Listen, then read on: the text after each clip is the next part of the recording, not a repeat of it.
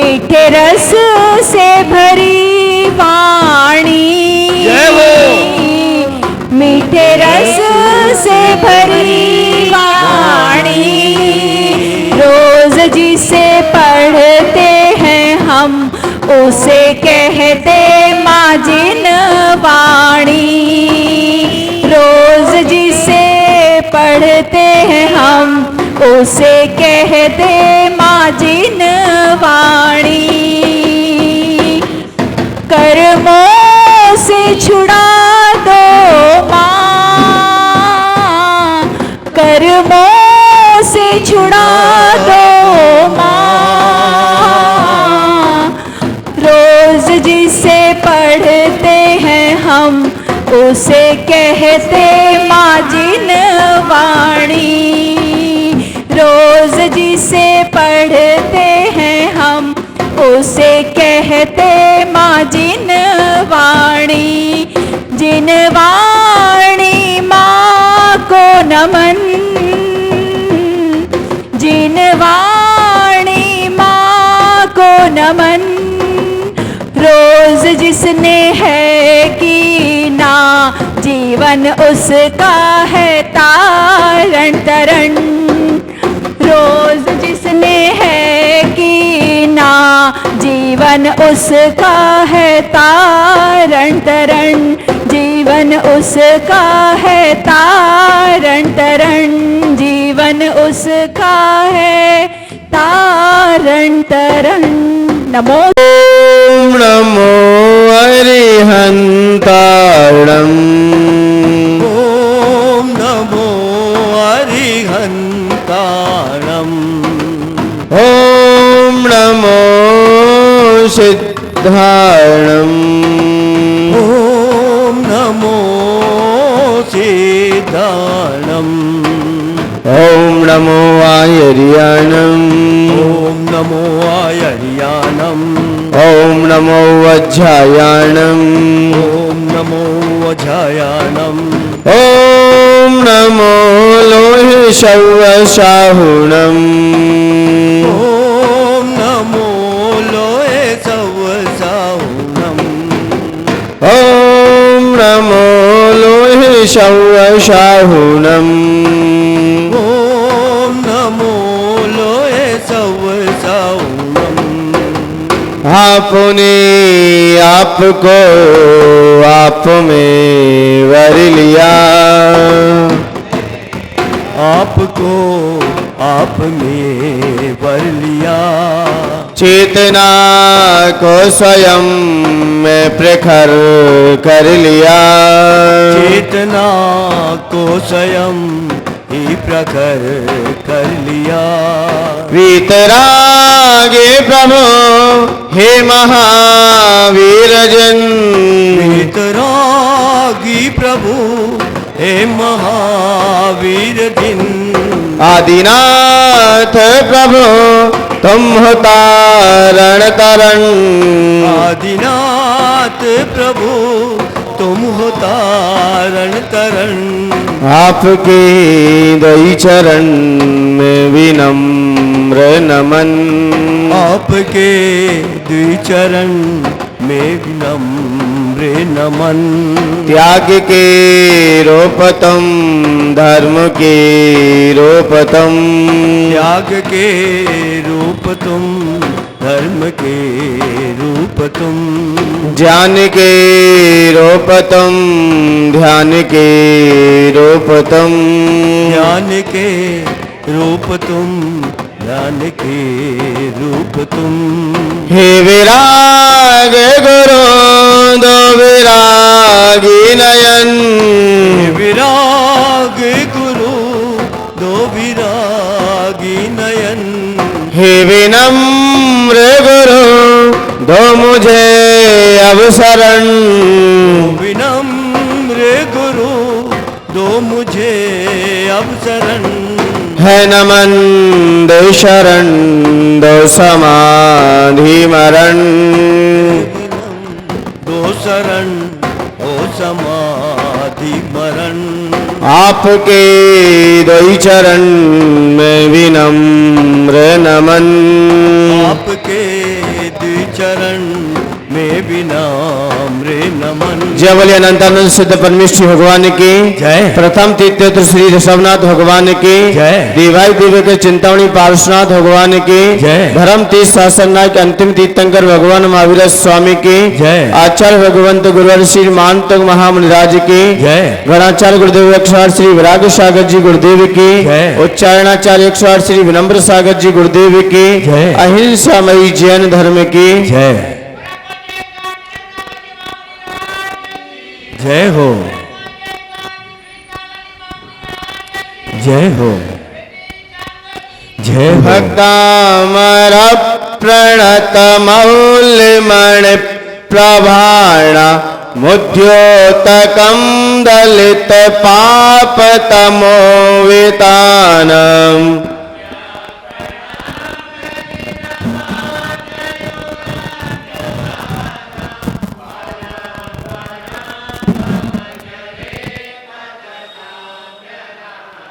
यह संस्तुतः सकल वाङ्मय तत्त्वबोध दुद्भूत बुद्धिपटु भी सुरलोकनाथै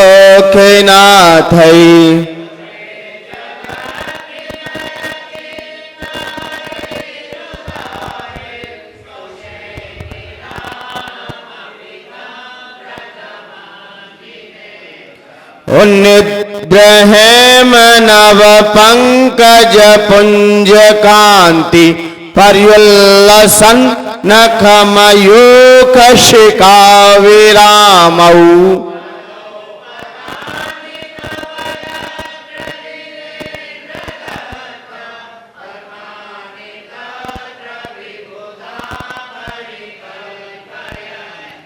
पद्मानि तत्र विबुधा परिकल्पयन्ति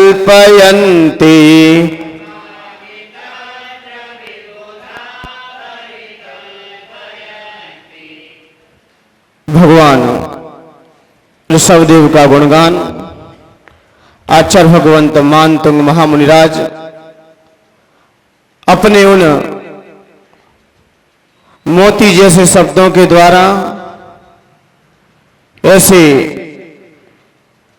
जो गुणों से विभूषित हैं, इनके रत्न भी, इनके गुण भी रत्नों के समान बड़े शोभित हो रहे हैं और इधर आचार्य मानतुंग के शब्द भी मोती जैसे सुशोभित हो रहे हैं।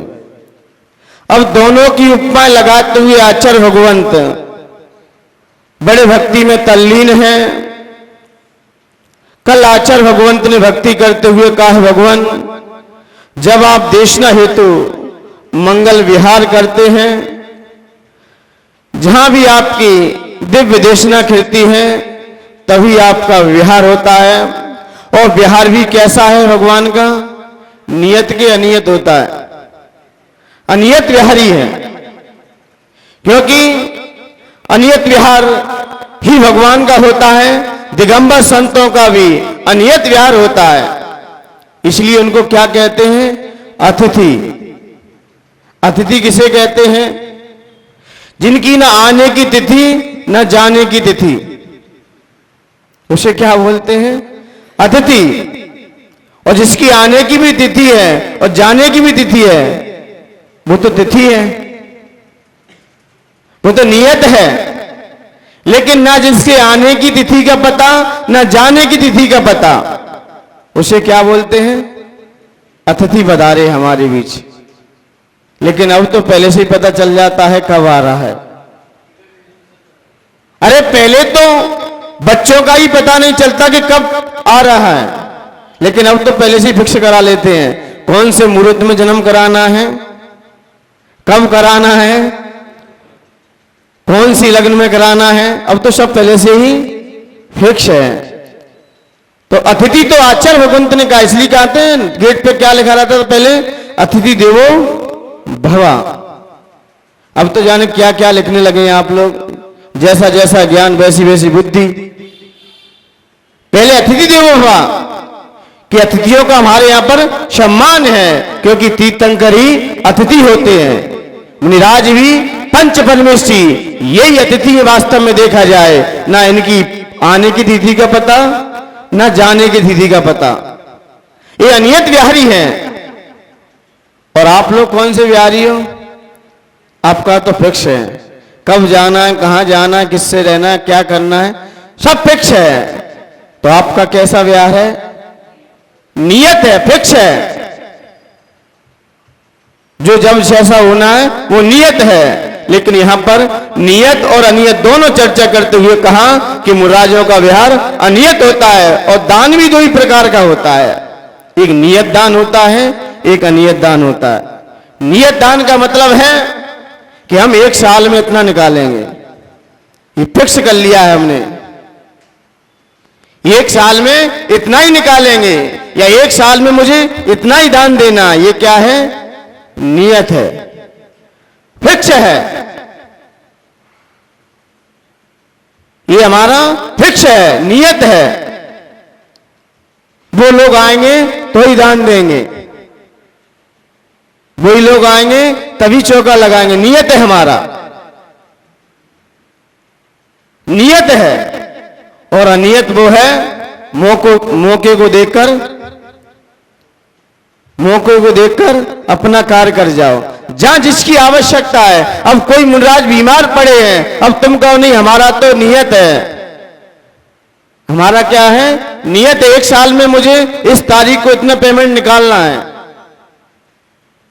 और मुनराज अभी अस्वस्थ है, या समाज में कोई कार्यक्रम होना है, और आप कहो कि नहीं, तो क्या है? ये आपका नियत करके रख लिया है। तो दान का भी नियत नहीं होता, क्योंकि दे किसको रहे हो? अनियत विहारी को दे रहे हो। किसको दे रहे हो?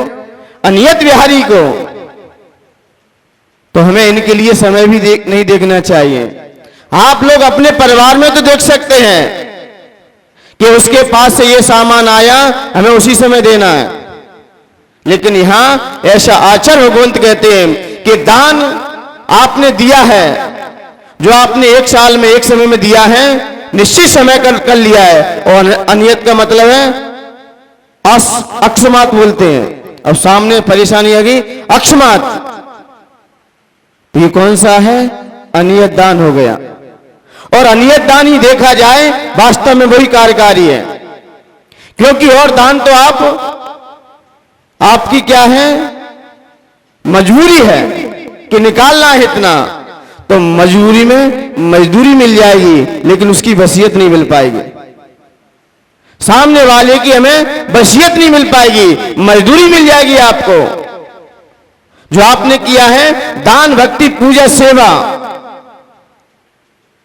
दान, भक्ति, पूजा, सेवा, यदि हम खुशी होने के लिए देते हैं या खुश होकर देते हैं, तो उससे वसीयत मिल सकती है।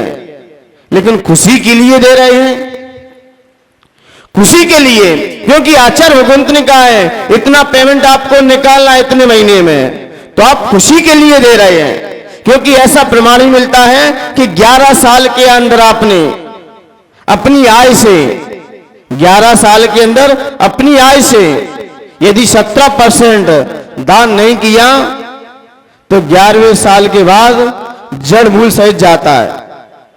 धन आपका जड़ से चला जाएगा।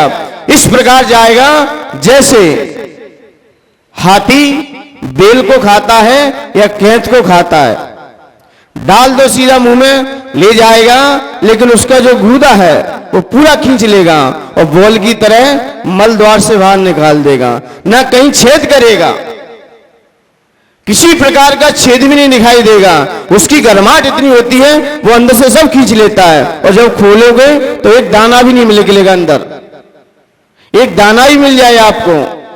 तो ऐसे ही हमारा धन 11 साल में जड़ से चला जाता है, जड़ से जाएगा। इसलिए कहते हैं कि अपनी आय से 17% दान देते रहो। पहले आपने देखा होगा जब रसीदें करती थी तो उसमें एक धर्म कांटा भी लिख के आता था नीचे, धर्म के नाम पर। शादी भी होती है तो उसमें भी आता है मंदिर के लिए कितना, धर्म के लिए कितना। हर जगह धर्म का स्थान है, और हम कटौती वहीं करते हैं। पाप में कोई कटौती नहीं है। जितनी कटौती होगी वही धर्म में ही होगी। धर्म के नाम पर किसी से कुछ कहो, इतने ही कर लो, पूछना पड़ेगा। हम सब एक हैं, हम सब एक हैं, सब हमारा ही परिवार है। और कोई काम आए तो वो अलग है, हम अलग हैं। और कोई काम आए तो वो अलग है, हम अलग हैं। और दान की बात आए, सब एक हैं। सारा कटौती देखा जाए धर्म में ही होती है। कई बार चर्चा हो चुकी है। लेकिन आप दान देते रहे समय पर, तो मान्यवर ऋषियों ने कहा है, मुनियों ने कहा है कि आपके पास धन इस तरह बरसेगा। आपने जब मौका लगा, जब समाज को आवश्यकता पड़ी, जब समाज पे कोई सामना करना पड़ा और आपने उस समय अपना दान लगा दिया, फिर नियत मत देखो हम उसी समय करेंगे। जब मिला मौका तत्काल कर दिया। तो आचार्य भगवंतों ने कहा है आपके पास धन इस तरह बरसेगा जिस तरह नारियल के पेड़ में नारियल लगता है लेकिन पानी कैसे चला जाता है। ये प्रगति अवस्था है, हम इसके साथ खिलवाड़ भी नहीं कर सकते। ना कहीं लाइन डली है और फिर भी पानी उसके अंदर किस तरह पहुंचा है, अब इसकी कल्पना हम कर नहीं सकते। जब आपने अनियत समय पे दान दिया है, इसलिए दान दो, अनियत समय पे दो। ये नहीं हमारा नियत फिक्स है, अरे वो तो है ही, लेकिन मौका मिले तत्काल अपने हाथ खोल दो। क्योंकि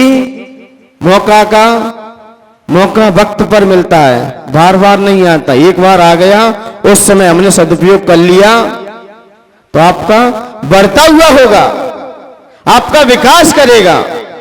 और हमने समय पे दिया, हम इतनी समय देंगे, मंदिर में दान देंगे, जब हमारे बेटा बेटियों की शादी होगी तभी लिखवाएंगे हम। उससे पहले मान्यवर नियत मत करो, क्योंकि हम उस अनियत विहारी को दे रहे हैं जो स्वयं अनियत विहारी है। तो हमें भी अनियत से देना चाहिए। समय पर देना अच्छी बात है, लेकिन जहां आवश्यकता पड़े वहां तत्काल हमें खड़े हो जाना चाहिए। अभी क्षमावाणी पर्व भी आ रहा है, अभी क्या चल रहा है आप लोगों के यहाँ? कोई पता था कि यहाँ पर ऐसा कार्यक्रम होगा? लेकिन अनियत है तो हमें भी खुले दिल से, अपने दीपक जी सेठी हैं, बैठे कि नहीं बैठे? दीपक जी सेठी, अच्छा पीछे बैठे हैं। वो कह रहे थे मेरा कोई ना विचार भी नहीं था कि मुझे कलश लेना है, लेकिन क्या करें, वो तो भगवान आदिनाथ की कृपा और गुरुदेव का आशीर्वाद। मेरा कुछ नहीं है। जब देने वाला, कहते ना ऊपर वाला जब भी देता है तो और लेता है तो फर्श उखाड़ के लेगा तो फर्श तक उखड़वा लेगा आपका, और देगा तब छप्पर फाड़ के देगा। ये सुक्ति आपने कब से सुनी है? मैंने बहुत पहले सुनी थी, लेकिन जब इसका रीजन निकाला, क्या हकीकत है कि ऊपर वाला छप्पर फाड़ के देता है।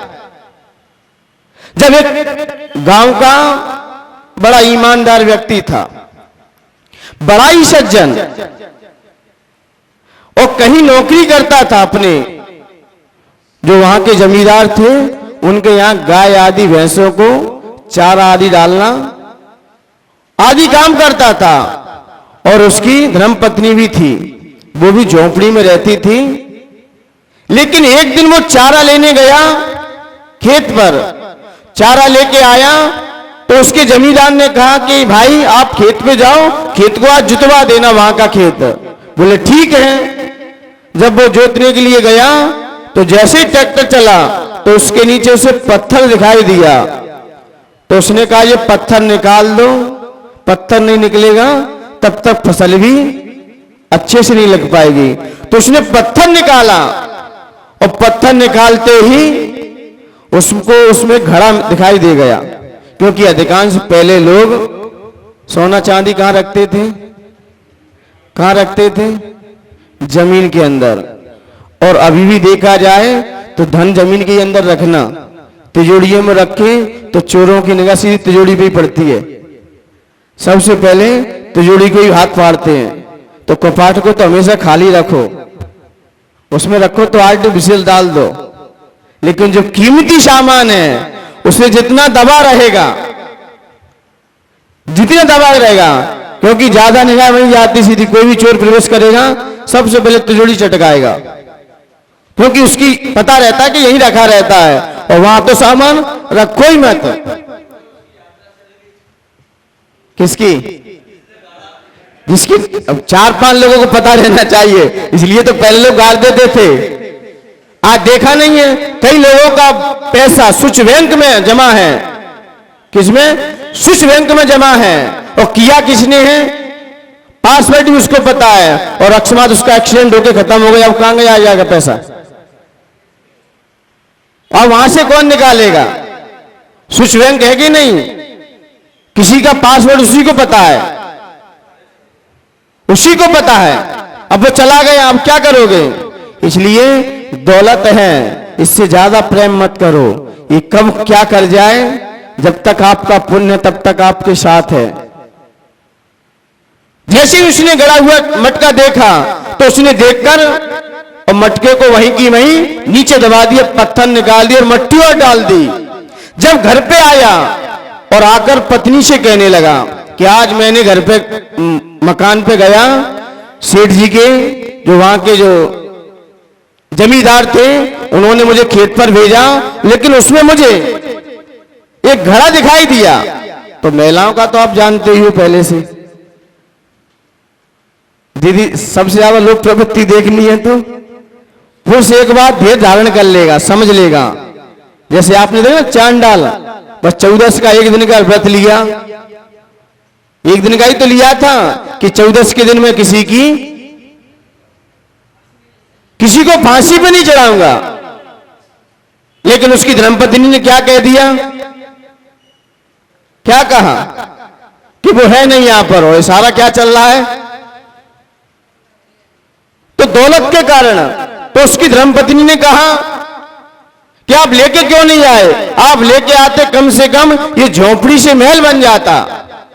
बोले जिसकी है अपन क्यों दूसरों की निगाह पर रखें, जिसकी जमीन है वही रखी रहने दो, अपना तो मजदूरी है, मिल जाएगी। तो रात भर यही चर्चा होती रही, और चर्चा होते होते बाजू में कहते कि दीवाल के भी, खंडवा के दीवाल के कान नहीं है, और जगह के देखे मैंने, यहां के दीवालों के कान नहीं है। तो वहां के जैसे ही देखा गया तो देखा तो बाजू में सुन रहा था कोई, वो सुबह गया, वो रात्रि में गया, दूसरे दिन बाजू वाला, और उसने खेत को खोदा, क्योंकि बाजू वालों ने सुन लिया, क्योंकि इनके यहां चर्चाएं क्या हो रही हैं, ऐसी चर्चाएं बहुत जल्दी फैलती हैं। किसी के यहां चोरी हो जाए तो पता भी नहीं चलता कौन सामान ले गया, कौन सामान ले गया, यही पता नहीं चलता। लेकिन कोई ऐसा पाप हो जाए तो कहते हमने देखा है, हमने देखा है, फिर सब तैयार रह जाएंगे। कोई घटना घट जाए घर में तो सब कह देंगे, और वैसे मुझे नहीं पता। जब चोरी होती है ना, पूछो कहां है, कौन ले गया, मुझे क्या पता, मुझे क्या पता। और वैसा कोई कार्य हो जाए, हाँ हमने देखा जो व्यक्ति ऐसा है, मतलब उसे गिराने के लिए तो सब तैयार हैं, लेकिन उसका सामान गया है उसको बताने के लिए, और पता होगा सबको। लेकिन जैसे ही वो गया और जाते ही उसने मटका खोला, और खोलते ही उसमें क्या निकली? एकदम मधुमक्खी निकली एकदम। तो मधुमक्खी निकली, उसके चेहरे पे जाके गिरी। तो उसने ढक्कन बंद किया और वो लेकर मटका, किसने तो मुझे बेवकूफ बना दिया, इसमें तो मक्खियां हैं। उसने मटका लिया और जाके उसके छप्पर था और नीचे जाके फेंक दिया। जैसे ही फेंका तो मक्खियां तो 4-5 थी, वो तो पहले ही उड़ गई। सारा धन ऊपर वाला जब भी देता है छप्पड़ फाड़ के देता है। हमारा कहने का अभिप्राय यह है कि हम क्यों लेके आए, तो उसने नहीं उठाया, चोर ने आके डाल दिया। और जैसे ही दोनों किसान भाई सो रहे थे, पति और पत्नी, देखा कि ये धन कहां से गिरा एकदम, ये धन कहां से आ गया? वहीं से सुक्ति चालू हो गई। ऊपर वाला जब भी देता है छप्पर फाड़ के देता है। हमारा पुण्य होगा, आएगा, लेकिन हम अपनी सच्ची और ईमानदारी के साथ चलें। इसलिए मान्यवर, हम जब नियत पे अनियत पे कार्य करेंगे, इसलिए भगवान ने कल ये चर्चा करते हुए कहा, भगवान जो आपके कार्यक्रम में अनियत अपना दान दे देता है, उसे मान्यवर, उससे विधाता भी अपना प्रेम करने लगता है। और नियत पे मजबूरी में दिया है तो आपको भाग्य तो बना देगा। आपने मजबूरी में दान दिया, किसी ने कहा कि आप इतना कर दो और आपने घिसपिट के कर भी दिया। इससे आपको खुशी के लिए दिया आपने, और खुशी के लिए दान दिया है तो भाग्य बनेगा, किस्मत मिलेगी, लेकिन विधाता नहीं मिलेगा। आपको विधाता नहीं मिलेगा। मजदूरी मिल सकती है लेकिन मजबूत नहीं हो सकते। तुम आप मजबूत नहीं हो सकते। वस्तु मिल सकती है लेकिन वसीयत नहीं मिल सकती। आपको वस्तु तो मिल जाएगी, आपने दान दिया है, लेकिन उसकी वसीयत हमें नहीं मिल सकती। इसलिए मान्यवर, और अंदर से नेचुरल खुशी भी नहीं मिल सकती। इसलिए मान्यवर, यहां पर आचार्य भगवान का इतना ही कहना है कि अनियत विहारी के कार्य में हमें दान भी कैसा देना है? अनियत देना है, नियत ना किया जाए। और आज का छंद भगवान विहार करते हुए कहां पहुंच गए? कहां पहुंच गए? समोसण में पहुंच चुके हैं। और आज के काव्य से ऐसा लग रहा है आचार्य महाराज उस भगवान की विभूति का उपसंहार कर रहे हो।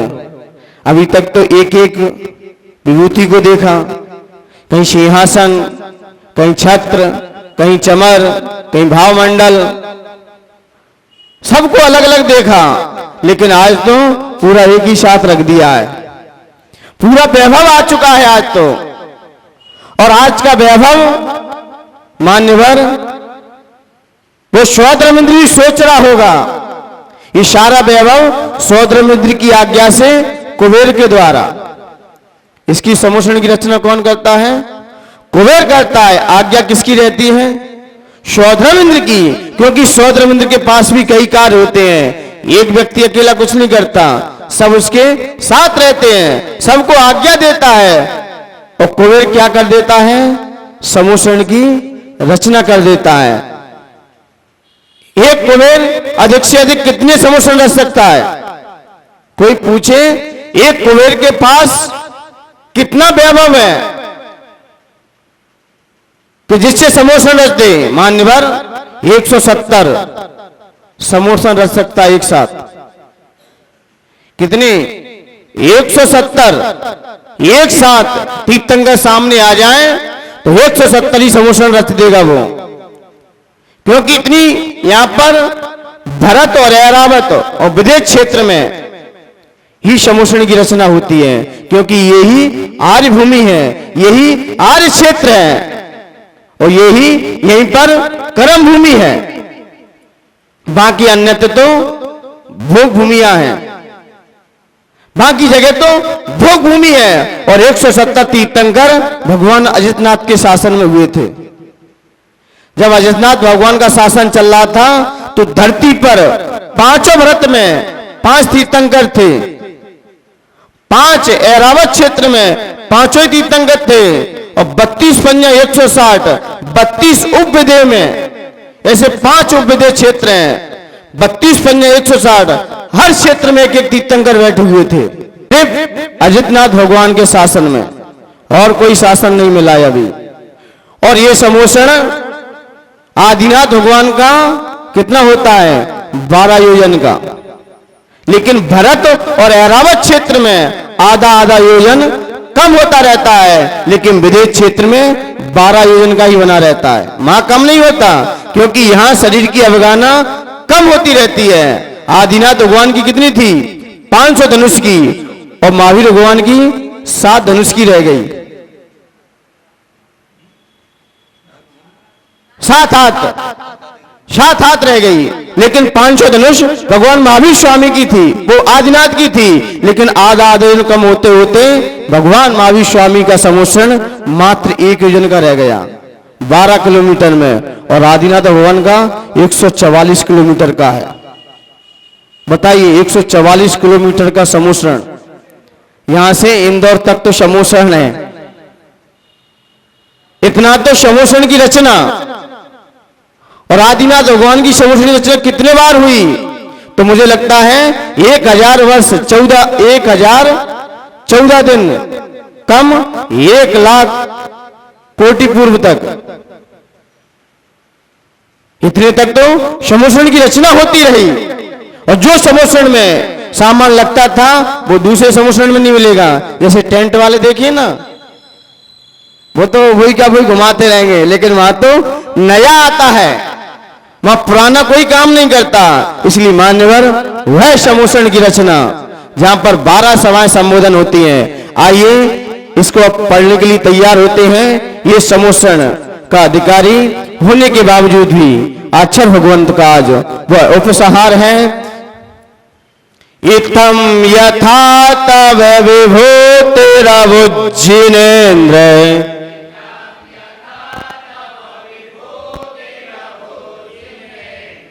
इत्थम यथा तव विभूतिरवुज्जिनेन्द्र,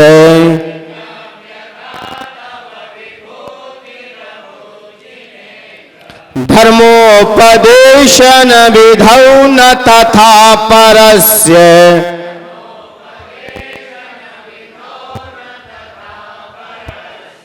धर्मोपदेशन विधौ न तथा परस्य,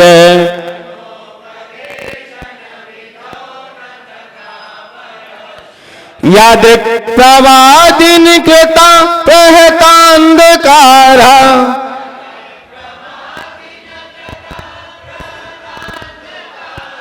यादृक् प्रभादिन कृता प्रहतांधकारा,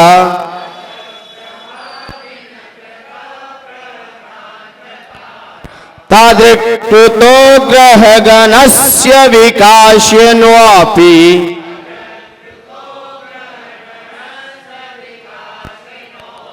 तादृक् कृतो ग्रहगणस्य विकासेनोऽपि,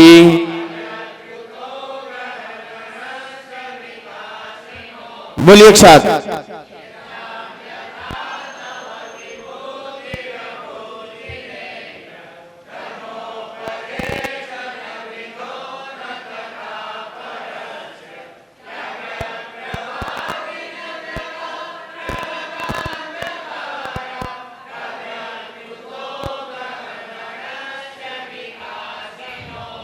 एनी प्रॉब्लम?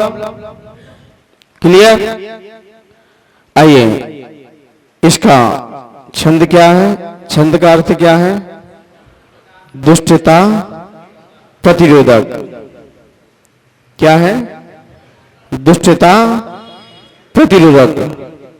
दुष्टता मन में होती है। कहां होती है? मन में होती है। दुष्टता आपको दिखाई नहीं देगी कौन किससे दुश्मनी रखे हैं। कहां होती है? मन में होती है। मन में दुष्टता आ गई तो आपकी चाल ढंग भी बदल जाएगा, बोल चाल भी बदल जाएगा, रहन सहन भी बदल जाएगा, आपकी सारी क्रियाओं में परिवर्तन अपने आप दिख जाएगा। कब? जब हमारे मन में दुष्टता आ जाए। और उस छंद का वह क्या है? प्रतिरोध करने वाला है। दुष्टता आती है, हर जीव किसी के प्रति, वो तो आज का ही नहीं है, अनादिकाल से चला आ रहा है। दुष्टता पड़ोसी कम अपनी ज्यादा रखते हैं। भारत को जितना खर्चा पाकिस्तान से नहीं है, उससे ज्यादा जो हिंदुस्तान में बैठे पाकिस्तानियों से है। हिंदुस्तान में बैठे पाकिस्तानियों से है। पाकिस्तान से इतना खतरा नहीं है। दुष्टता है। ऐसे ही श्री कृष्ण को सबसे ज्यादा खतरा किससे था? अपने ही मामा से। अपने को अपना ही गिराता है, क्योंकि उसकी बढ़ोतरी को वो देख नहीं सकता। एक भाई उठ रहा होगा तो दूसरा भाई उसे गिराने का प्रयास करेगा, जितना है उस पर वो नहीं भोग पा रहा है, बस ये दूसरा कैसे गिर जाए। और ऐसी दुष्टता रखने वाले आचार्य शांति सागर जी हुए, उनके प्रति लोगों ने क्या क्या नहीं किया और उन्होंने समाज के लिए क्या क्या नहीं किया। मुझे लगता है आज जैन मंदिरों में जैनों का प्रवेश हो रहा है तो आचार्य शांति सागर जी की देन है।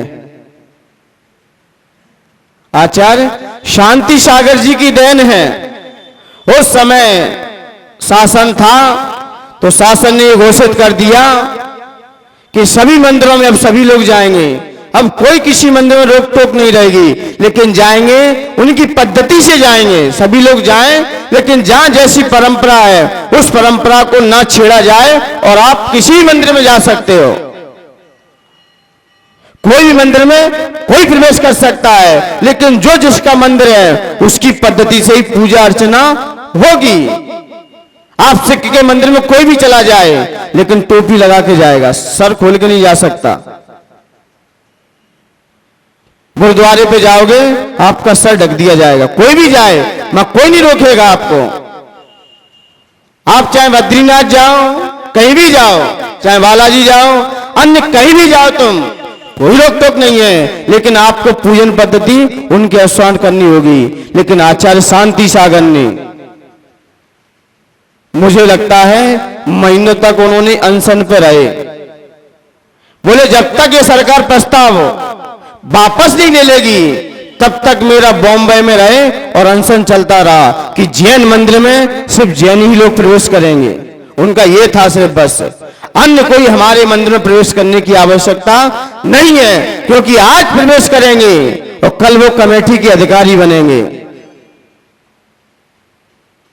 आचार्य शांति सागर ने बहुत संघर्ष किया है, बॉम्बे में जाके केस को लड़ा, समाज भी लड़ रही थी, लेकिन आचार्य शांति सागर ने ये कहा जब तक सरकार अपना प्रस्ताव वापस नहीं ले लेगी, जैसे कि अभी संथारा का विषय छिड़ गया था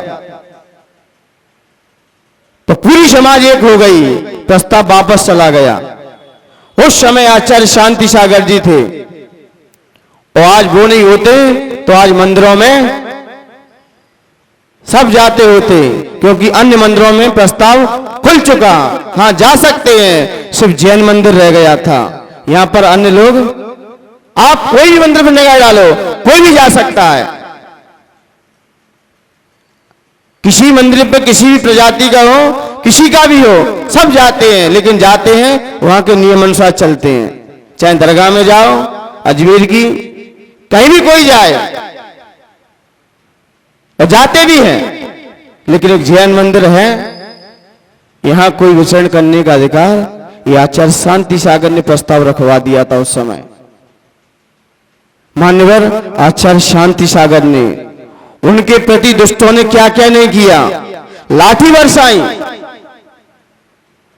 राजा खेड़ा की बात है, लाठियां बरसाई उनके ऊपर, लाठी बरसाने के बावजूद भी, लाठी बरसाने के बावजूद भी जब पुलिस ने सारे अपराधियों को अपने हाथ में ले लिया और कहा इनको अब क्या सजा दी जाए, तो समाज वाले तो थे इनको कठिन से कठिन सजा दी जाए, लेकिन आचार्य शांति सागर जी के पास पहुंचे तो आचार्य शांति सागर ने सिर्फ एक ही कहा कि कोई बात नहीं, ये मेरे ही तो पूर्व कर्म है, इन पर कुछ ना किया जाए, इनको क्षमा का दान दिया जाए। इनको क्या किया जाए, क्षमा का दान दिया जाए। तब उन्हें क्षमा का दान दिया। ये मुनराजों की करुणा होती अंदर की, मुनराज किसी पे दुष्टता नहीं रखते, मुनराज कभी किसी पर दुष्टता रखते ही नहीं है, और रखते हैं तो फिर जब रक्षक ही भक्षक हो जाएंगे, जब रक्षक ही भक्षक हो गए तो कलयुग आने में ज्यादा समय नहीं लगेगा। कहा है ना कि स्त्रियां अपनी मर्यादा को भूल गई हैं और इंसान अपनी इंसानियत भूल गया है, और धर्मात्मा अपने धर्म को भूल गया है। अब कह रहे कलयुग आ गया, लाया कौन था? कौन लेके आया कलयुग? किसने पैदा किया कलयुग? यहां पर इंसान अपनी इंसानियत भूलता जा रहा है, एक के प्रति दुष्टता रखता जा रहा है मन ही मन में। कलयुग कहीं से नहीं आया, हम ही लोगों ने खड़े कर दिए। तभी तो कहते अपनी सोच बदलो, देश तो अपने आप बदल जाएगा। देश को बदलने की आवश्यकता नहीं है, घर परिवार को बदलने की आवश्यकता नहीं है। अपनी अपनी सोच बदल लो, घर परिवार कल बदल जाए। और लोग कहते घर बदल दो, घर में दोष है, घर में वास्तु है, और दिमाग में क्या है? स्थान बदलने से व्यक्ति नहीं उठता, जब भी उठता व्यक्ति अपनी सोच बदलने से उठता है। जैसी हमारी सोच बदलेगी अपने आप उठ जाओगे। अरे वही बगल में आपके बाजू में रह रहा है, वही उसका मकान है, उसका भी दक्षिण मुखी मकान है, आपका भी दक्षिण मुखी मकान है। उसकी सोच है और हमारी सोच।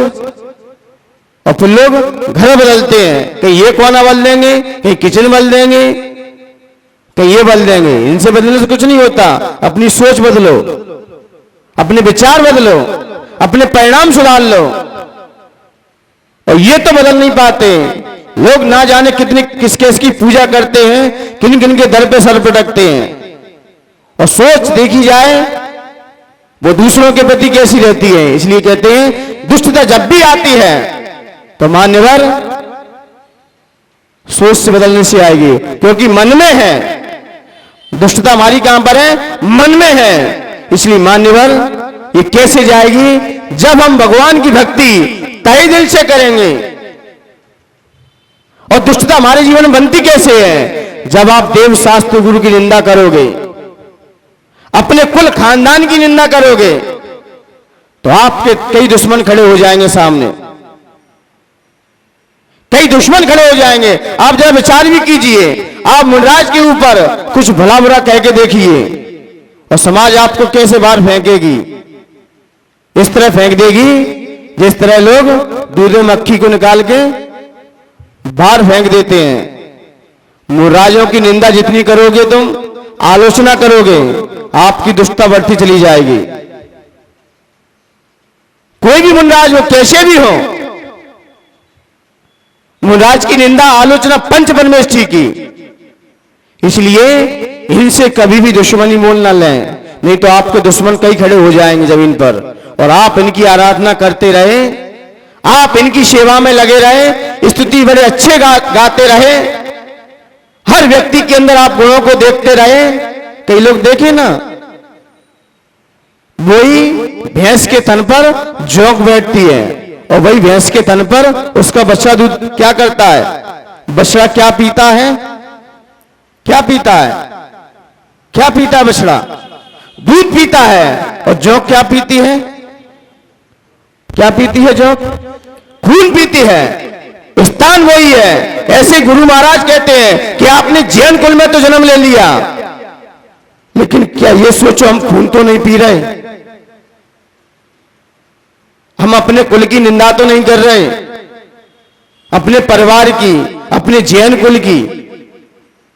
और आप ही अपने परिवार कुल की निंदा करते रहे कि वो कुल तो ऐसा ही है तो जैनी कुल, वो परिवार ऐसा ही है। अरे आपका ही तो कुल है वो। किसी को सामने वाले को पता लगेगा कि आप अपने कुल की निंदा करते हो। पुलिस वाला अपने पुलिस वाले की कभी निंदा नहीं करेगा, डॉक्टर एक दूसरे की डॉक्टर की कभी निंदा आलोचना नहीं करेगा। डॉक्टर कैसा भी केस बिगाड़ दे, लेकिन कभी डॉक्टर एक दूसरे की, चोर मौसेरे भाई होते हैं, चोरी कर लेंगे, आपस में बताएंगे नहीं किसने चोरी की है, पता सब है उसे, लेकिन फिर भी बताएगा नहीं। और धर्मात्मा जो भगवान के हाथ में कलश ले लेते हैं, इसलिए धर्मात्मा अपने धर्म को भूल गया है, इसलिए कलयुग आ गया है। धर्मात्मा देखो दूसरों की निंदा तो ऐसे करते जो सजन का कैच लेना हो उन्हें। मान्यवर आपकी दुष्टता बढ़ जाएगी। धर्मात्मा की जब भी बने स्थितिकरण और उपगुहन क्या है? कितना भी हो जाए, कितना भी हो जाए, हमें धर्मात्मा की भूल से भी निंदा आलोचना नहीं करना। आपको दिख रहा है चोर है, जब जिनदत्त सेठ को चोर दिखाई दिया फिर भी क्या कहा छुल्लक जी से, ये मैंने ही मंगाया है, ये मैंने ही मंगाया है। तब सारे लोगों को सांत्वना मिली, सब चले गए, लेकिन फिर जाके एक जगह जाके समझा दिया। इसलिए कोई धर्मात्मा कोई त्रुटि हो जाए, कोई बात हो जाए, उससे एकांत में जाकर चर्चा कर लो। 4 लोगों के सामने कहा है आपने अपनी दुष्टता को बढ़ा दिया है। सीता के जीव ने क्या किया? क्या इतिहास गवाह नहीं है? क्या किया? उसने तो मात्र एक गली मोहल्ले में कहा कि हमने एक आर्यका माता जी को मुनराज से चर्चा करते हुए देखा है, वो भी धोबी की पर्याय में। किसमें देखा? धोबी की पर्याय में देखा। एक मुनराज थे, वो भी गृहस्थ अवस्था के बहन भाई थे। बहन भाई होने के कारण उस धोबी ने क्या कह दिया, पूरे में मोहल्ले में क्या कहा कि मुनराज और आर्यका एकांत में चर्चा कर रहे, और उसने एक ही मोहल्ले में कहा। और आज देखा जाए इतिहास आज भी जीवंत है, आज भी उसकी अब्बा है। दोनों सही थे अपनी जगह, मुनि भी सही थे, आर्यका भी सही थी, लेकिन उसने देखा क्या था? मैंने कहा ना, बुरा मत सोचो, बुरा मत कहो, बुरा मत बोलो, लेकिन हमारा कहना है कि बुरा मत देखो। दृष्टि सुधार लो, सृष्टि अपने आप सुधर जाएगी। सामने वाले की दृष्टि के कारण आज क्या हो गया? दुष्टता बढ़ी कि नहीं बढ़ी? रावण ने निभाई दुष्टता, क्या क्या नहीं करना पड़ा सीता को, कितना संघर्ष करना पड़ा। इसलिए धर्मात्मा हो, भूल के भी इनसे हाथ जोड़ो। जितनी स्तुति की जाए, जितनी वंदना की जाए, आचार्य मान तुम कर क्या रहे हैं कि मेरा ही तो पाप कर्म है, दुष्टता मुझे क्यों आई, राजा भोज मेरा क्यों बैरी बना, क्यों मेरे अंदर उसकी दुष्टता आ गई, अब दुष्टता कैसे जाएगी? अब भगवान की प्रशंसा कर रहे हैं। तो आप लोगों से कहना है, देव शास्त्र गुरु कैसे भी हो, दोषवादे च मौनम, दोष देखे मौन धारण कर लो, बोलो मत। आप पढ़ते भी पूजा में बिन जाने व जान के पढ़ते ना, सद्वृत्तों का सजस कह के दोष ढांकू सभी का, बोलो प्यारे वचन हित के। पढ़ते नहीं पढ़ते पूजन में, सिर्फ पढ़ोगे कि गुनोगे भी उसे। इसलिए मान्यवर, किसी के अंदर भी कोई दोष दिखाई दे, आप मौन हो जाओ, आप उससे बात करो। वो नहीं मानना है, उसके गुरु के पास जाओ, वो जिसकी मानता है उससे कहलवाओ, लेकिन आप अफवाह मत उड़ा देना, नहीं तो कर्म किसी को नहीं छोड़ता है। वो तो सुधर जाएंगे मुनिराज अपनी निंदा आलोचना करके, लेकिन तुम कहां धोगे पाप? वो तो प्रतिक्रमण कर लेंगे, गुरु से प्रायश्चित कर लेंगे, और तुमने वही सोच बना रखी उनके प्रति, तो आपका तो दुष्टता बढ़ती चली जाए। इसलिए मान्यवर, यह दुष्टता, अपयश, अयश कीर्ति उदय में क्यों आती है? अयश कीर्ति इसलिए उदय में आ जाती है, हम दूसरों की निंदा ज्यादा करेंगे, आपका यश नहीं फैल पाएगा, यश गिर जाएगा, आपका प्रतिष्ठाएं गिर जाएंगी। अरे एक ही कुल से, एक ही गुरु से दीक्षा हुई है, और आज देखो एक व्यक्ति कहां पहुंच रहा है, और एक व्यक्ति आज वहीं बैठा है। व्यक्ति अपनी सोच से ऊपर जाता है, सोच से, विचारों से। हमारी सोच ऊंची होना चाहिए, ऊंचे सोच, ऊंचा चिंतन, ऊंचा विचार हमारा होगा, हमारी प्रगति अपने आप हो जाएगी। आप फर्श से अर्श की ओर उठ सकते हो। इसलिए मान्यवर, यहां पर दुष्टता प्रतिरोधक, अब आइए इसका जाप है, ओम ह्रीम परम नमो शब्दो ही पत्ताणम, ओम ह्रीम परम नमो शब्दो शै पत्ताणम, ओम ह्रीम अरम नमो शब्दोशै पत्ताणम। ऐसे मुनिराज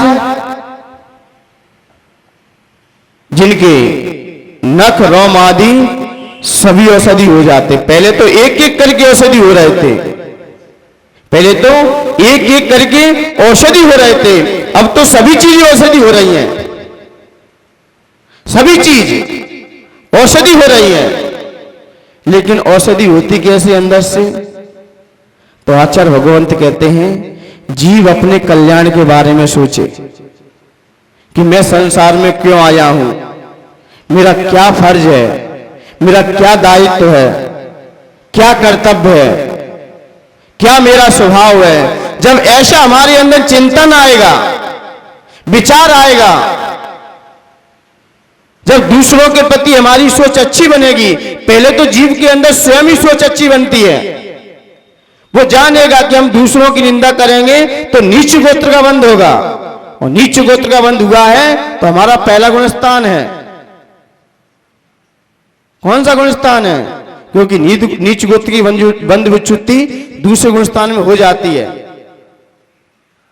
बंध विच्युति होगी। अब जीव किसी की निंदा नहीं करेगा, श्रावक हो चाहे मुनि हो, कोई भी हो, अब ये किसी की निंदा नहीं करेगा, उसे शपथ मिल गई है और फिर भी निंदा चल रही है, तो आप द्रव्य से मुनि हो, द्रव्य से श्रावक हो, गुणस्थान तो पहला पकड़ लिया आपने, क्योंकि नीच गोत्र की बंध विच्युति तो दूसरे में ही करके चले थे अपन।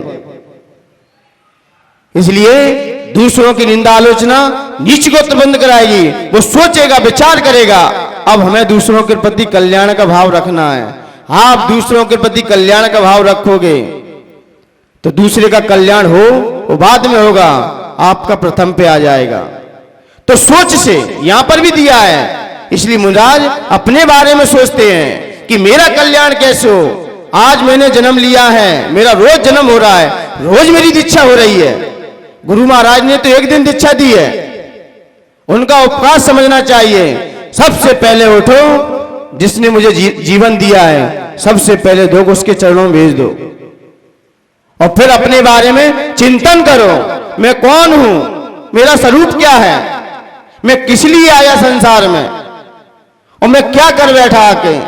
जब ऐसा भेद विज्ञान अंदर से जगेगा, मान्यवर ऐसे मुनिराज ही सर्वौषधि, उनका शरीर जहां से भी निकलेगा वहां से वर्णाएं अपने आप सर्वौषधि बन जाती। इसलिए ऐसे मुनिराज जो अपने बारे में जरूर सोचते हैं, सबसे पहले अपना कल्याण करते हैं, और फिर समय बचता है तो दूसरों के उपकार में लगा देते हैं स्वयं। क्योंकि कहते ना, जो स्वयं समझ सकता है वो ही दूसरों को समझा सकेगा, और जो स्वयं नहीं समझ पाया वो दूसरों को क्या उपदेश देगा। तीर्थंकर भगवान ने उपदेश कब दिया? जब वो स्वयं संभल गए, स्वयं पहले अपना हित किया, फिर हित का उपदेश दिया। पहले स्वयं हित करो, फिर दूसरों को आप हित का उपदेश दे सकते हो, और स्वयं अपना हित किया नहीं, आप दूसरों का भी हित नहीं कर सकते। तो ऐसे मुनिराज जिनके शरीर से सारे अवयव जो भी होते, शरीर के जितने पार्ट हैं, सब औषधि बन जाते हैं। ऐसे मुनिराज जो विदेश क्षेत्र में विराजमान है, उन मुनिराज को मेरा मन से, वचन से, काया से बारंबार नमस्कार हो, नमस्कार हो। आइए अब यहां पर आचार्य भगवंत इस छंद की गरिमा को लिए अपनी बात रखेंगे।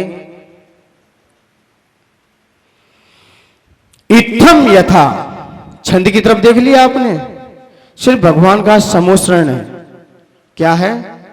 समोसरण लगा हुआ है, और समोसरण में कुछ नहीं है, सिर्फ भगवान बैठे हुए हैं। कहां पर बैठे हैं? श्री मंडप भूमि पर।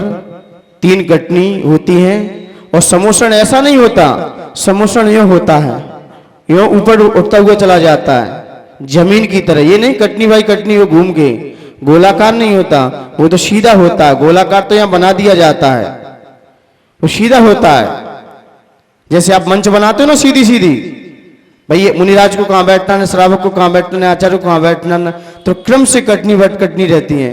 और आचार्य श्री बैठेंगे, ऊपर बैठेंगे नीचे, ऐसे ही क्रम समोसरण का रहता है। गोलाकार नहीं होता, गोलाकार तो हमने बना दिया है, सीधा रहता है। आप जब जाना सोनागिर में एक मंदिर है, वहां पर समोसरण ऐसा ही बना है, ऐसा ही बना है। उदयपुर में जाना सर्वतु विलास नहीं, उदयपुर में सेक्टर 11 से आप प्रगति आश्रम, प्रगति आश्रम में समोसरण की रचना है।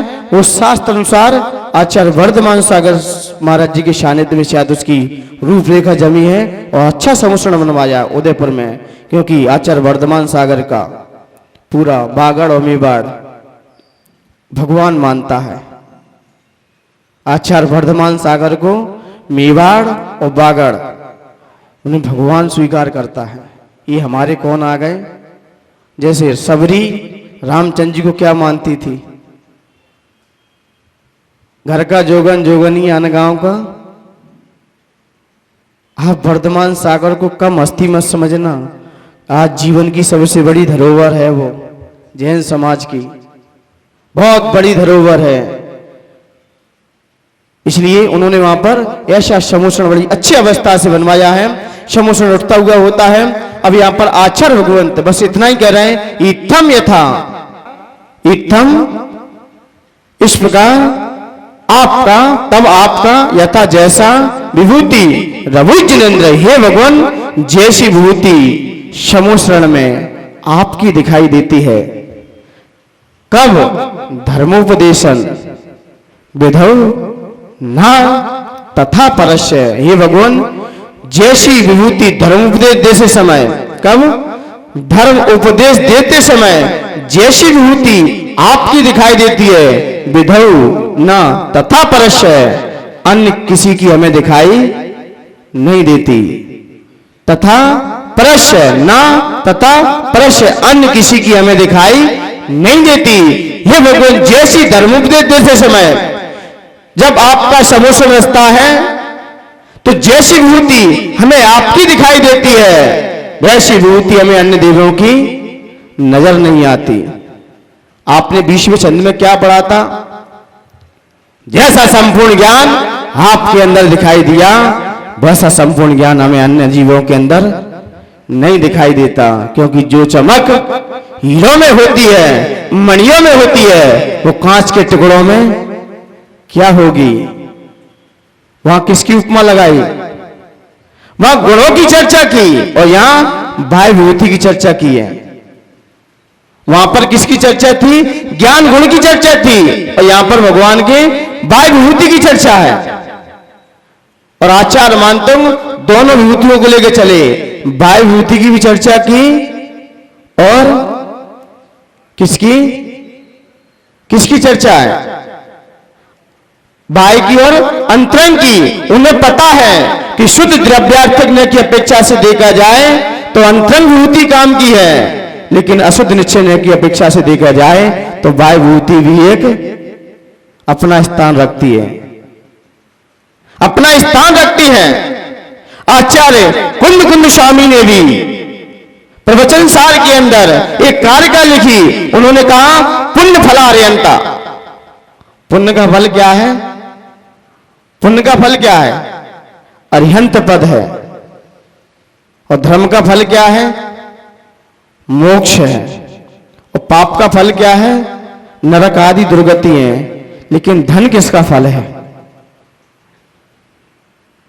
धन परिवार ये किसका फल है? फिर जब पुण्य का फल अरिहंत पद है, अच्छा श्री लिखा है कुंद स्वामी ने, पुण्य फला अरिहंता। जब पुण्य का फल अरिहंत पद है और मोक्ष का फल, वो धर्म का फल मोक्ष है, क्योंकि धर्म करता है वो ही मोक्ष जाता है, और पाप करता वो कहां जाता है? नरक आदि दुर्गति में जाता है। तो धन किसका फल हुआ है? धन किसका फल है? यही तो होते पुण्य पाप और धर्म। भाई पुण्य करो, धर्म करो या पाप करो, तीन ही तो होते हैं। तो तीनों की अलग अलग फल भी है इनका। तो धन आदि वैभव किसका फल है? ये ढूंढना आप लोग। ये किसका फल है? जो हमें स्वस्थ शरीर मिला है, सब कुछ मिला है मुझे, ये किसका फल है? आचार्य कुंद स्वामी ने रहन सार के अंदर फिर इसको स्पष्ट कर दिया कि जितने भी आपको जो वैभव मिल रहा है, ये दान का फल है। किसका फल है? दान का फल है। बोले दान भी तो धर्म है, उसका फल तो दान का तो उत्कृष्ट होना चाहिए। हाँ, मान सकते हैं दान का फल ये बाह्य विभूति दिलाएगा आपको। आपने जैसा त्याग किया है बाह्य विभूति मिलेगी, लेकिन आप इसमें फंस मत जाना, और अधिकांश लोग फंस जाते हैं। त्याग किया और नेक फल आ गया, वहीं की में हम फंस गए।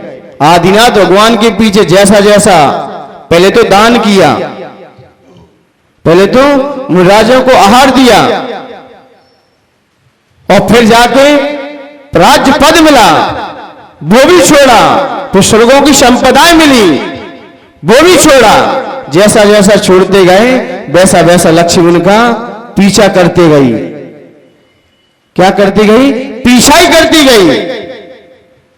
लेकिन आचार्य भगवंत ने इसमें कह दिया है कि ये धर्म का भी फल नहीं है, ये देखा जाए धर्म का मल है। ये बाह्यभूति क्या है? धर्म का मल कह सकते हैं। जैसे आपने कोई किसान खेती करता है, उसने खेत में क्या लगाया? गेहूं लगाया। उसकी निगाह कहां रहती है? गेहूं अच्छा होना चाहिए, गेहूं में दाना अच्छा पड़ना चाहिए। बस उसकी निगाह क्या रहती है? गेहूं अच्छा होना चाहिए। और भूसा, भूसे के लिए खेती करता है कि गेहूं के लिए खेती की? तो आपने दान किस लिए दिया है? त्याग किस लिए दिया है? ये मिलेगा आपको, ये बीच में आपको टच करेगा, ये बाह्यभूति मिलेगी। लोग आपकी प्रशंसा करेंगे, तारीफ करेंगे, आपके जय जयकार लगाएंगे, और जय जयकार लगाए और आप वहीं की वहीं रह गए। क्योंकि ये तो जब तक हमारा पुण्य का करार है तब तक ये मेरे साथ देंगे। क्योंकि समूषण भी ये बाह्यभूति पुण्य फलार्यंता का है, ये अंतरंग गुणों की अपेक्षा से कथन नहीं है। क्योंकि लोगों ने कहा ये बाह्यभूति ही तो कर्म बंध का कारण है। तब आचार्य कुंद कुंद स्वामी को लिखना पड़ा कि पुण्य फलार्यंता, क्योंकि इस समूषण में बाह्यभूति भी तो लगी है। क्या ये बंद करा रही है भगवान को कर्मों का? वो बंध से मुक्त है, क्योंकि वो उससे रहित हैं, वो हमेशा उससे रहित चल रहे हैं, उनको स्वीकार ही नहीं कर रहे हैं। ये मेरी है ही नहीं। जब तक मेरा पुण्य है तब तक ये साथ दे रही है, और पुण्य क्षीण हुआ तो शरीर भी धोखा दे देगा, शरीर भी चला जाएगा। वो सत्ता को समझ रहे हैं, इस विशेषता को जान रहे हैं। ये तो बाह्यभूति है, क्योंकि बाह्यभूति ये तो कोई भी लगा सकता है, कोई भी फैला सकता है, कोई भी मायावी जाल करके लगा सकता है। लेकिन अंतरंग भूति अपने पुरुषार्थ से पैदा होती है, अपने पुरुषार्थ से ये मिलेगी आपको। राज्य वैभव मिलेगा, सब मिलता है। कोई मुनि बनता है और जाके इंद्र बनता है, और यहां के कोई बड़ा सेठ बनेगा आके, और सेठ बना और वहीं पर आके उलझ गए, तुम फंस जाओगे। पूजन करने वाले भी तीसरे नरक जाते हैं। बोले ये क्या कह रहे हैं महाराज जी आप? मान लो, नहीं तो सिद्ध कर दो फिर। पूजन करने वाले तीसरे नरक तक जाते हैं। बोले क्यों? आपने यहां तो भगवान की पूजन भक्ति अच्छे से की, और जाके पूजन करने वाले सिर्फ स्वर्ग तक जाते हैं, और भक्ति करने वाले सिद्धालय के द्वार को खोलते हैं। क्योंकि भक्ति मुक्तिदातार, पूजन मुक्तिदातार नहीं है, भक्ति मुक्तिदातार है। और पूजन में भक्ति कैसे ले आए? आइए 10 लक्षण परम में कि पूजन में भक्ति कैसे आएगी। पूजन तो हमें अनादिकाल हो गया करते करते, और कहते भी हो अनादिकाल से। किसको नहीं माना? किसने मने किया कि सुस्ता को नहीं मानो? कौन बैठा रहा अंदर हमारे? और आपने पूजन की और कहीं कामना रख दी कि मुझे इतने भोग प्राप्त हो, भोग मिल जाएंगे, स्वर्ग में जाओगे, और यहां के आपको राज्य भव मिल जाएगा, और आपके आत्मा के प्रति भाव ही नहीं थे। जब आत्मा के कल्याण के प्रति भाव नहीं थे तो पूजन राज भव तो दिला देगी, और राजेश्वरी सो नरकेश्वरी, राजेश्वरी सो नरकेश्वरी। राज भव मिलेगा, भक्ति पूजन से ही मिलेगा। लेकिन आप उसमें उलझ गए तो कहां जाओगे? फिर नरक भी जाना पड़ेगा, क्योंकि आपने उस आत्मा के बारे में तो जाना ही नहीं था। उस आत्मा के बारे में कितना चिंतन किया है हमने। हम पूजन क्यों करते हैं, अभिषेक क्यों करते हैं, भगवान की भक्ति क्यों करते हैं? बस लोगों की इतनी डिमांड है बस मंदिर हुआ है, बस भोजन खाने का टिकट मिल गया। मंदिर नहीं जाएंगे तो मम्मी पापा घर का भोजन नहीं देंगे। मंदिर हुआ है, अब भोजन करने का टिकट मिल गया। जैसे यहां पूजन करोगे तभी नीचे यहां कमेटी वालों ने भी व्यवस्था रखी है, जो पहले भगवान की पूजन उसके बाद ये आपकी पेट पूजा करेंगे। लेकिन हमारा यही ध्येय नहीं है। लोगों ने मंदिर ये बना रखा है सिर्फ भगवान के दर्शन कर लो, इससे सिर्फ भोजन मिल जाए, बस यही सोच है हमारी। सोच बदलो, धर्म बदल जाएगा। लोगों ने क्या है, मंदिर हुआ है और मंदिर जाते ही, मंदिर से आते ही व्यक्ति कहां टूटता है, सबसे पहले सब भूल जाता है आत्मा परमात्मा कहां है। कांतिलाल जी, मंदिर जाते ही भले ही भगवान के चरणों में कहा है क्षुधारोग विनाशनाय, भले ही भगवान के चरणों में हम लोग खूब चढ़ाए क्षुधा, और यहां आते ही क्षुधारोग विनाशनाय नैवेद्यम निपामति आहा, आते ही। अरे मुनराज भी तो सुबह सुबह की सामायिक भक्ति प्रतिक्रमण करते हैं, वो क्या भोजन पर टूटते हैं सीधे? वो उस आत्मा के बारे में सोचते हैं, जो जितनी आत्मा के बारे में चिंतन करेगा, मंथन करेगा, मानवर उसकी भूख भी समाप्त हो जाएगी। और हमारी सोच क्या है, मंदिर से आए सबसे पहले चाहिए। इससे पता चलता है आपकी सोच का कि आप किसके पास रह के आए, किसका गुणगान किया, किसकी भक्ति करके आए, किसकी अर्चना करके आए, और टूटे तो कहां टूटे आके। सोच नहीं बदली अभी आपकी। मैंने कहा ना, सोच बदलो, देश बदल जाएगा। इसलिए मान्यवर, यहां पर आचार्य भगवंत की यही चर्चा है कि आप जो बाह्य विभूति मिलती है ये पुण्य का फल ही है, लेकिन उत्कृष्ट पुण्य का फल है। जो तीर्थंकर की विभूति है जो उत्कृष्ट पुण्य का फल है, लेकिन इससे रहित, पुण्य पाप से जब रहित होते हैं तब अपने वैभव पर राज्य कर पाते हैं। आचार्य समर्थ स्वामी ने स्वयं स्तोत्र के अंदर भक्ति कर रहे भगवान की, उन्होंने कहा भगवान मैं आपको इसलिए नमस्कार नहीं कर रहा हूं जो आपकी लोग जय जयकार लगा रहे हैं, आपकी जय जयकार चल रही है, आपकी स्तुति लोग कर रहे हैं, आपके पास इतना वैभव है। और लोग देखें ना, नेक थोड़े महाराज जी के पास 4 वैभव हो जाए, 4 पुलिस गार्ड लग जाए और सिक्योरिटी गार्ड 4-5 आगे पीछे घूमने लगे और 4-5 पीछे वो चापलूस जय जयकार लगाने वाले, जनता अपने आप पागल हो जाती है, पर ये नहीं देखती हम क्यों नमस्कार कर रहे हैं। लेकिन आचार्य समर्थ स्वामी ने स्वयंभू स्तोत्र के अंदर स्पष्ट कर दिया इस विषय को कि भगवान आप ये मत समझना कि आपका समोषण लगा है इसलिए मैं आपको नमस्कार कर रहा हूं। आपके यहां पर रत्नों की वर्षा हुई है, जब समोषण का ही रख दिया, आपके पास देव इतने लोग घूम रहे हैं, मैं इसलिए आपको नमस्कार कर रहा हूं, ये आपकी भूल है। मैं तो आपने जो अनंत चतुष्टय जो प्राप्त किए हैं मेरा उसको प्रणाम है। ये तो कोई मायावी जाल से फैला सकता है। रेवती रानी के साथ क्या हुआ, क्या नहीं किया देवों ने, समोषण रख दिया लास्ट में। वैसे तो उन्होंने ब्रह्मा बनाए, विष्णु बनाए, कई रूप बनाए, रेवती रानी जानती थी ये हो ही नहीं सकते। जब समोषण की रचना की तो रेवती रानी ने कहा कि भरत क्षेत्र में 24 ही तीर्थंकर होते हैं और वो तो हो चुके, ये तो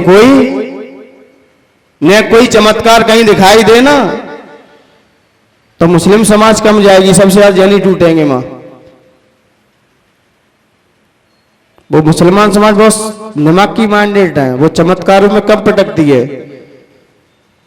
चाहे कोई भी हो, जिनके जितने भी क्षेत्र हैं अन्य संप्रदायों के, मुसलमान समाज कहीं नहीं जाती है अपने धर्म को छोड़ के।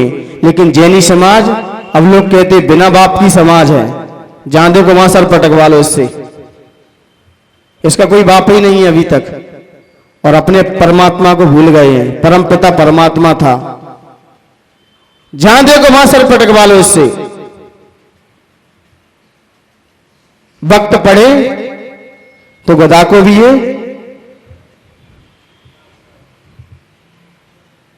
लोगों ने कहा कि सबसे संस्कृत समाज है, सभ्य समाज है, उच्च समाज में लिया जाता है जैन समाज को, और सबसे ज्यादा भ्रमित आज यही है, सबसे ज्यादा भ्रमित है,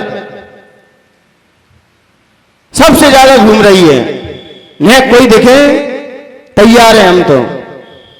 रेवती रानी को देखो, समोसन सामने रख गया और फिर भी उसकी हिम्मत नहीं थी कि मैं चला जाऊंगा, चली जाऊं। और यहां के लोग होते तो अपना विचार कर, वो तो रेवती रानी संवेदनशील थी, अव्रती थी, मुनि भी नहीं थी, आर्का भी नहीं थी, वो तो एक सामान्य थी। श्रद्धान था कि जो जैन धर्म है वो न्याय नीति को लेकर चलता है। जो यहां काम नहीं हुआ आपका, भगवान की भक्ति आराधना से आपका काम नहीं बना, तो मान्यवर फिर आपका कहीं काम नहीं बन सकेगा, कहीं भी नहीं बन सकेगा। और लोग थोड़ा सा न चमत्कार देखते हैं ना, वहीं जाके नमस्कार कर बैठते हैं। इसलिए मान्यवर आप अपने धर्म पर अड़ूल रहो। आचार्य विनम्र सागर जी गुरुदेव की गृहस्थ अवस्था की दादी थी, उनके यहां पर एक वृक्ष लगा हुआ था। किसका? बट वृक्ष था, उनके आंगन में ही लगा। लेकिन लोग क्या करते थे, कोई त्योहार आता तो उस बट वृक्ष के नीचे आके क्या क्या करते हैं आप ही लोग समझो। जाके उन्होंने कहा इस बट वृक्ष को यहां से उखड़वाना है, बोले कुछ भी हो जाए। तो पहले तो उसे ऊपर से काट दिया, तो काटा, तब उनका एक पुत्र खत्म हो गया। तो लोगों ने क्या कहा, देखो आपने वृक्ष काटा कि नहीं काटा, एक पुत्र चला गया नहीं चला गया, आपके देखो व्यापार भी कमजोर हो गया। उन्होंने कहा उसे जड़ से उखाड़ दो, अब तो सीधा पूरा हमारा परिवार क्यों ना चला जाए। अब उन्होंने जड़ से वृक्ष को उखड़वा के और नमक उड़वा दिया, क्योंकि मिथ्यात्व का पालन क्यों करवाएं हम अपने द्वार पर। बट वृक्ष को उखाड़ कर उसमें नमक उड़वा दिया, अब वृक्ष आएगा ही नहीं। एक पुत्र और खत्म हो गया। लोगों ने कहा देखो उन्होंने ये किया तो ये हो गया। उन्होंने कहा सब कुछ हो जाए, इससे नहीं हुआ है, ये सब कर्मों से होता है। जितना जीव आयु लेके आया है उसे कौन टाल सकता है। कर्म सिद्धांत पढ़ने वाले इन फालतू चक्करों में नहीं पड़ते। कर्म सिद्धांत का जिसका ज्ञान है वो इन तंत्र मंत्रों में नहीं मिलते, वो कर्म की सत्ता को लेके चलते हैं। वो समझ जाते हैं आप अच्छा कार्य करो। मुझे लगता है धरती पर समदृष्टि लोग रहे थे, कट्टर थे, मजबूत थे। इसलिए मान्यवर यहां पर भी समोषण की रचना देवों द्वारा की गई है। लेकिन ये बाह्य विभूति है, ये क्या है? बाह्य विभूति है। और इसमें लोग कहते संयोग नहीं है भगवान का। संयोग बंध का कारण तो है, लेकिन कब? जब हमारा उसमें राग द्वेष हो तब। संयोग बंध का कारण भी है और संयोग बंध से मुक्त कराने का भी कारण है। संयोग ही बंध का कारण हो ऐसा एक देश कथन नहीं है। जब संयोग किया है आपने, उसमें आपका राग द्वेष कितना है वो बंध का कारण है। और संयोग हुआ, जैसे आपका शर्ट से संयोग क्या, कौन सा संबंध है? कपड़े से आपका संयोग संबंध ही तो है। अब इसमें आपको राग कितना है ये बंद करा देगा आपको। वस्त्र बंद नहीं कराएंगे, लेकिन वस्त्र में जो आपकी राग द्वेष प्रवृत्ति चल रही है, ये अच्छा ये बुरा है, बस ये बंद कराएगा। लेकिन भगवान समोषण में बैठकर ये नहीं कह रहे कि समोषण अच्छा है। उन्होंने कहा जो जैसा है वैसा बना रहने दो, इससे मुझे कोई फर्क नहीं पड़ता। इसलिए मान्यवर वो तीर्थंकर थे, संयोग किया, लेकिन उनका संयोग बंध का कारण नहीं बना। इसलिए पुण्य फल अर्यंता कह दिया। वह पुण्य का फल समोषण रखता है, लेकिन बंध का कारण बिल्कुल भी नहीं है। और आप लोगों पे चंद पैसे आ जाएं, कितना कर्मों का बंद करते रहते हो। और भगवान के पास तुमसे ज्यादा वैभव है, इतना वैभव तो किसी के पास नहीं होगा। और पुण्य किसका है? तीर्थंकर का ही पुण्य है। उनके ही पुण्य के वजह से इतना समोषण रचा, और आपके पुण्य के वजह से आपके पास वैभव है। लेकिन हम उसमें राग द्वेष करते रहते हैं, इसलिए उस वैभव में हमारा बंद होता रहता है। और भगवान का समोषण होते हुए भी, लेकिन उससे वो रहते हैं, वो भी 4 अंगुल ऊपर बैठते हैं। विहार करेंगे तो, और यहां पर भी बैठेंगे तीसरी भूमि पे जाके, तो वहां पर भी वो 4 अंगुल उससे रहित होते हैं। लेकिन वह समोषण कैसा है, तो आचार्य भगवंत कह रहे हैं ये धन्यता ये भगवान, जैसा धर्म उपदेश देते समय, जैसा धर्म उपदेश देते समय जो विभूति आपके पास दिखाई दी, ना तथा परस्य अन्य हमें कहीं नजर नहीं आती। उपमा लगा रहे हैं, किसकी उपमा? यादिक प्रभा, जैसी प्रभा, जैसी प्रभा प्रहतांधकारा, अंधकार को नष्ट करने की दिनकृत प्रभा, जैसी प्रभा अंधकार को नष्ट करने की किसके अंदर होती है? दिनकृत प्रभा, सूर्य के अंदर। जैसी अंधकार को नष्ट करने की क्षमता किसके अंदर होती है? सूर्य के अंदर होती है। तादिक कुतो ग्रह वैसी प्रभा, तादिक क्या कुतो क्या तादिक क्या वैसी कुतो क्या ग्रह गणस्य, उन ग्रहों के अंदर, उन तारों के अंदर विकास होती, क्या अंधकार को नष्ट करने की शक्ति क्या तारों के अंदर होती है? क्या तारे कितने भी निकल आए तब भी अंधकार को नष्ट नहीं कर सकते। और सूर्य एक आता है, पूरे अंधकार को तितर बितर कर देता है। तो जैसी प्रभा अंधकार को नष्ट करने की सूर्य में होती है, वैसी प्रभा अन्य तारागण में नहीं होती। हे भगवान, वैसे ही जो विभूति धर्म उपदेश देते समय आपके यहां पाई गई है, वैसी विभूति अन्य देवों के नहीं होती। कितने भी देव हो धरती पर, लेकिन जो विभूति आपके पास होती है, ये विभूति इंद्र ने क्यों लगाई? क्योंकि चक्रवर्ती को झुकाना है।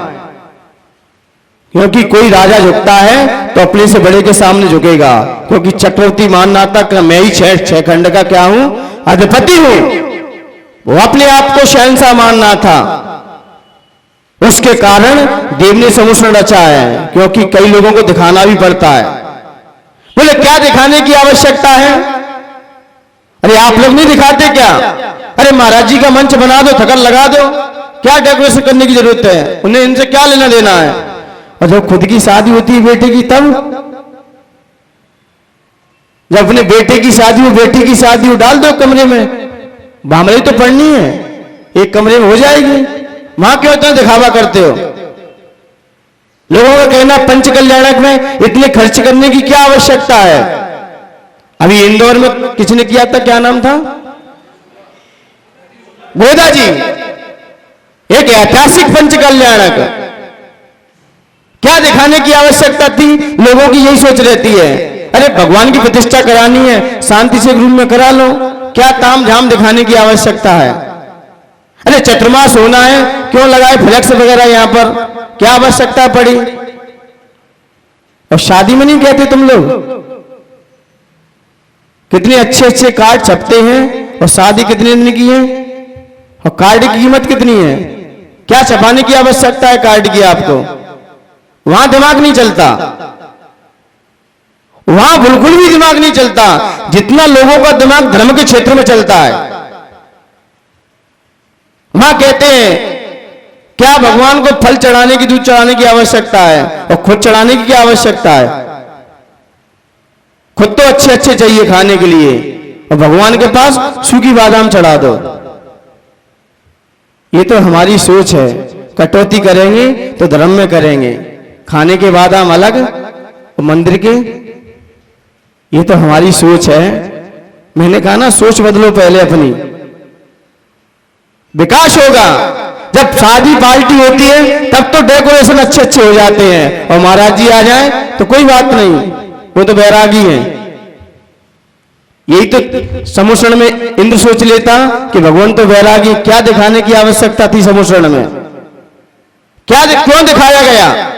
क्योंकि अच्छे अच्छे राजा महाराजाओं को वो नहीं झुकते, वो नहीं जानते क्या है। कोई लोग होते ना वैभव देख के आते हैं, और कोई लोग गुण देख के आते हैं, तो वहां पर समोषण में सब मिलता है, सब पहुंचते हैं। अभव्य जीव भी जाते हैं, लेकिन अभव्य जीव 5वीं भूमि से ऊपर नहीं चढ़ सकते। सब जाते हैं वहां पर, कोई नहीं रुकता वहां पर, क्योंकि कई लोग तो वैभव देखने ही आते हैं। कई लोग देखे ना प्रवचन सुनने आते हैं, कई लोग देखते हैं इनकी व्यवस्थाएं क्या है, इनने कैसी व्यवस्था कर रखी है। महाराज जी आए हैं, कैसी ठहरने की व्यवस्था है, कैसी रुकने की, कैसा मंच देखा है। कई लोग तो इसी के कारण आते हैं और कई लोग उपदेश सुनने आते हैं, वही सभा भगवान के पास चलती है। कई लोग तो यही देखने आते हैं, सब लोग आते हैं वहां पर, इसलिए उस चक्रवर्ती को झुकाना है, क्योंकि वो चक्रवर्ती अपने आप को ही समझता है कि मैं ही सबसे बड़ा हूं, मैं ही यहां पर धरती का हूं। और लोग चंद पैसे क्या हो जाते हैं, अपनों को ही दरकिनार कर देते हैं। लोगों के पास चंद पैसे हो जाए ना 4-5, तो अपने रिश्ते नाते को ही साइड से फेंक देते हैं, भाईचारा भी भूल जाते हैं, भाईचारा ही भूल जाते हैं। नेक जय जयकार लगने लगे सामने वाले की, तो भाई गरीब है बेचारे उसको भी दरकिनार कर देते हैं। मान्यवर इस चंद पैसा है, भगवान ने ये नहीं किया, भगवान ने सबको शरण दी है, चाहे गरीब आए चाहे अमीर आए, चाहे पैसे वाला आए, सबको समान शरण है। और आप लोगों के पास चंद पैसे आ जाएं तो भूल जाते हैं, अरे श्री कृष्ण को याद करो, सुदामा को भी गले से लगा लिया, किसको?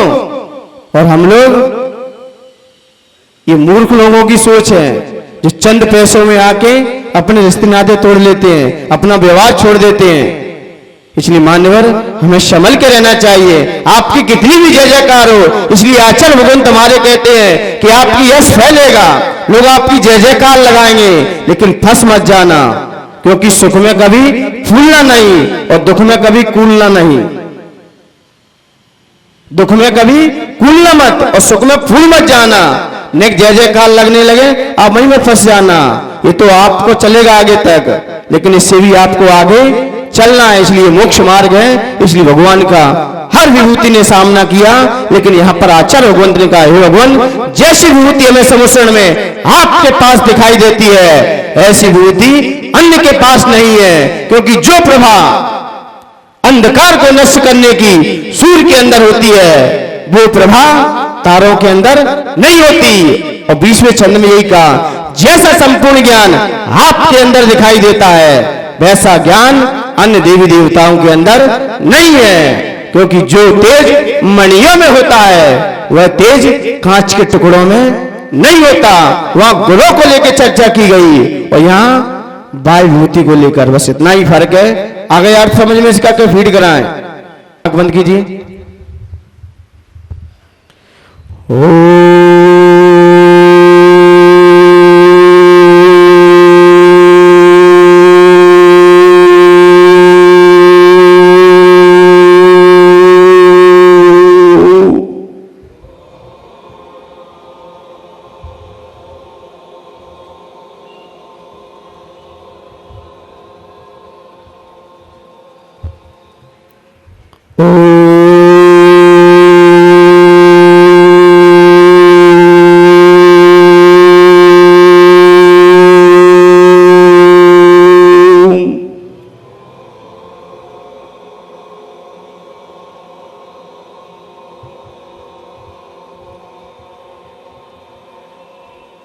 सभी लोग अपनी दोनों आंखें बंद, मन को आज्ञा चक्र पर। हे भगवान, अंधकार को मिटाने की जैसी प्रभा सूर्य में होती है, वह प्रभा तारों में नहीं होती। वैसे ही जैसी विभूति धर्मोपदेश देते समय आपकी हुई, वैसी अन्य देवों की नहीं हुई। हे भगवान, धर्मोपदेश देते समय, हे भगवान, समोषण में जो विभूति आपकी दिखाई दी, वह विभूति अन्य देवों की नहीं दिखाई दी। वैसे ही अंधकार को नष्ट करने की, अंधकार को मिटाने की जैसी प्रभा सूर्य में होती है, वैसी प्रभा तारों में नहीं होती। हे भगवान, अंधकार को मिटाने की, अंधकार को मिटाने की प्रभा जो सूर्य में होती है, वैसी प्रभा तारों में नहीं होती। वैसे ही जैसी विभूति धर्मोपदेश देते समय आपकी हुई, वैसी अन्य देवों की नहीं हुई। मेरे साथ बोलना, हे भगवान, अंधकार को मिटाने की जैसी प्रभा सूर्य में होती है, जो से बोलिए, हे भगवान, अंधकार को मिटाने की जैसी प्रभा सूर्य में होती है, बेसी तारागण में नहीं होती। वैसे ही उपदेश देते समय जो आपकी मूर्ति हुई वैसी अन्य देवों की नहीं हुई। आंखें खोल लीजिए और मलिए हाथों की और भावना बाइए कि हम जब भी करें तो प्रशंसा करें भगवान की, ताकि हमारी दुष्टता सबसे हटती चले। ये भावनाओं के साथ कोई ओम ह्रीं परम नमो सब्बोधि ज्ञानम, ओम ह्रीं परम नमो सब्बोधि पत्ताणम, ओम ह्रीं परम नमो सब्बोधि पत्ताणम, ओम ह्रीं परम नमो सब्बोधि पत्ताणम,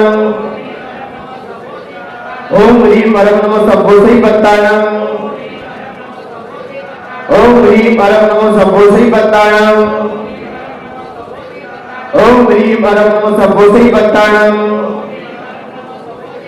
ओम ह्रीं परम नमो सब्बोधि पत्ताणम, ओम ह्रीं परम नमो सब्बोधि पत्ताणम,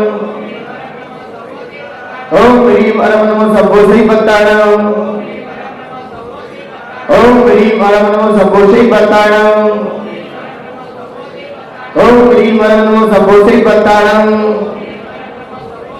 ओम ह्रीं परम नमो सब्बोधि पत्ताणम, ओम ह्रीं परम नमो सब्बोधि पत्ताणम, ओम ह्रीं परम नमो सब्बोधि पत्ताणम, ओम ह्रीं परम नमो सब्बोधि पत्ताणम, ओम ह्रीं परम नमो सब्बोधि पत्ताणम। सम्यक दर्शन, सम्यक ज्ञान, सम्यक चारित्र्यो नमो नमः। कल से विषय चेंज हो जाएगा। कल से विषय